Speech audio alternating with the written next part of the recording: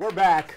I'm in the host chair now because I wanted to explain something to Paul, which is this is a desk, and the way they work is there's a hole in the middle. Yeah. And you've been sitting over here where there's a bar. So if you sat in the middle, your feet could go under there. That's what the hole is for. So let's just try and see how it works. Just give it a try. They tell because give it a shot. Because of the frame, the frame. Okay. They tell me to straddle the. There, look at that. Oh my God. Yeah. And also later on we'll talk about how to put on your underwear. But okay.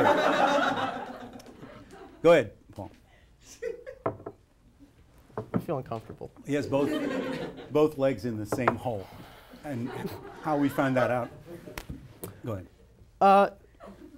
All right, so before we were talking about, you were writing the column for so long.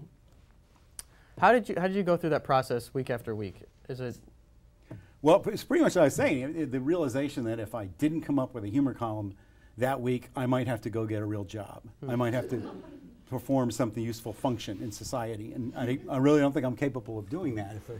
If civilization ever collapses and we don't need humor columns anymore, I'll be like passing through the digestive system of a wolf. I have no skills, is what I'm saying. No, I can't do anything at all. I feel the same way. Well, you're a college student. You're not supposed made me feel that way. Yeah. You're not supposed to be able to do anything yet. I'm much older than you, and I still can't do anything. I'm so sorry. Yeah, I can pump my own gas. I guess that's about it. Oh. Thank you. Yeah. I remember when they pumped your gas for you, and it was 25 cents, and Abraham Lincoln was president. I remember those days. Go ahead, I'm sorry. I'm just trying to keep the interview going. God. I'm pulling out everything I have here. All right, well, just keep it going. Spoon. You have a spoon too? No, I don't. I didn't get the wood poisoning joke. No, I don't either, honestly. Okay. Right. Sometimes there are things in the show. I think it was funny. I just don't get it. Don't get me wrong. We're highbrow. Yeah. So, how is? Want to just talk for a while? I don't need to be here at all. No, you're doing well. Traditionally, the host asks a question every now and then, or forms a sentence, a complete sentence of some kind. That's the way I've seen it done. You were in a band for a while. Many years. Yeah, what's that like? Well, Paul, it was a band of authors. It was all author rock. Yeah, so the Rock Bottom Remainders. Stephen King was in it, Amy Tan, Matt Groening, Mitch Albom. And we sucked. We played what we call hard listening music. I said we call it the rumor method, which is of music, which is there's in a musical piece there's things called chords. I don't want to get too technical. Okay.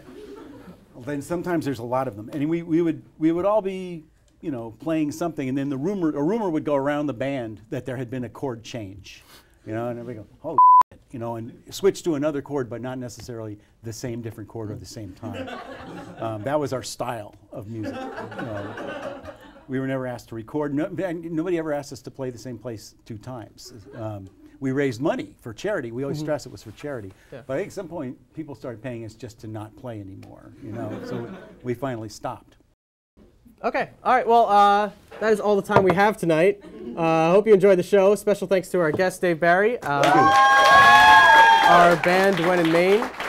Be sure to check out past episodes of Off the Wire, as well as all the other great UMTV shows online at www.umtv.miami.edu. And I'll be back next week and every week. Forever.